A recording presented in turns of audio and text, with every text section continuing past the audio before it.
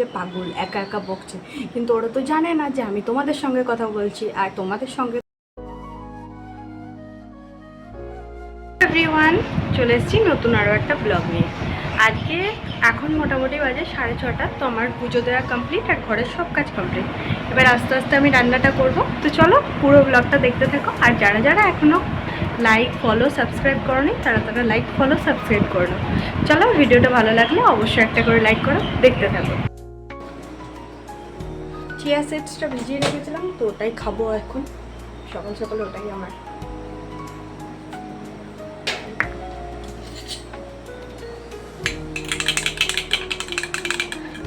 আমি অনেকটাই চেষ্টা করছি ভিডিওটা ভালো করার।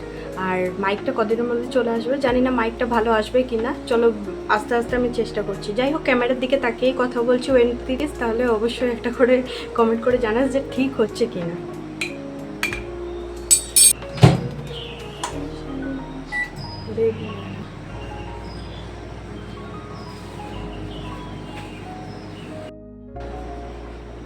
ফ্রিজ খুলে দেখি লেবু শেষ হয়ে গেছে। চিয়া সিডসটা আরও খেতে বাজে লাগবে, এবার আরও খেতে বাজে লাগবে। যাই হোক, খাই দেখি।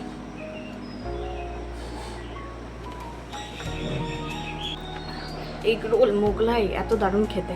আর যেগুলো আমি ডিম সেদ্ধ 2 দিন খেতে পারি, 3 দিনের দিন থেকে বোরিং লাগে ডিম সেদ্ধটা খেতে, কেন বলো তো? এটাই আমি বুঝতে পারি না।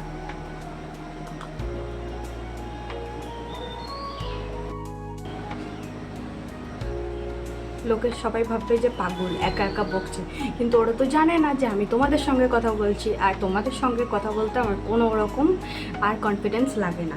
তো যাই হোক, আমি এবার আস্তে আস্তে একটুখানি বসি, তারপরে আস্তে আস্তে ওরা উঠুক, তারপরে রান্নাটা শুরু করব। আর সকালে কি ব্রেকফাস্ট বানাবো সেটা দেখতে থাকো। চলো, ভিডিওটা ভালো লাগলে লাইক করো, তাড়াতাড়ি দেখতে থাকো। 2020 সাল থেকে আমি ভিডিও বানানো স্টার্ট করি।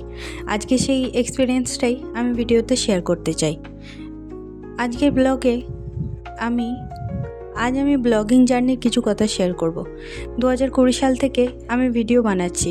শুরুতে অনেক ভয় লাগতো, মানুষ কি বলবে, কেউ দেখবে কি না, ভিডিও আদৌ ভালো হবে কি না। কিন্তু ধীরে ধীরে বুঝেছি সত্যি নিজের মতো করে কাজ করে যাওয়াটাই অনেকটা বেশি দামি। এই যাত্রায় অনেক কম ভিউ পেয়েছি, অনেক সময় হতাশ হয়েছি, কিন্তু হাল ছাড়িনি। প্রতিটি ভিডিও আমাকে নতুন কিছু শিখিয়েছে। আজও আমি শিখেছি, চেষ্টা করেছি আর নিজের স্বপ্নের দিকে এগিয়ে যাচ্ছি।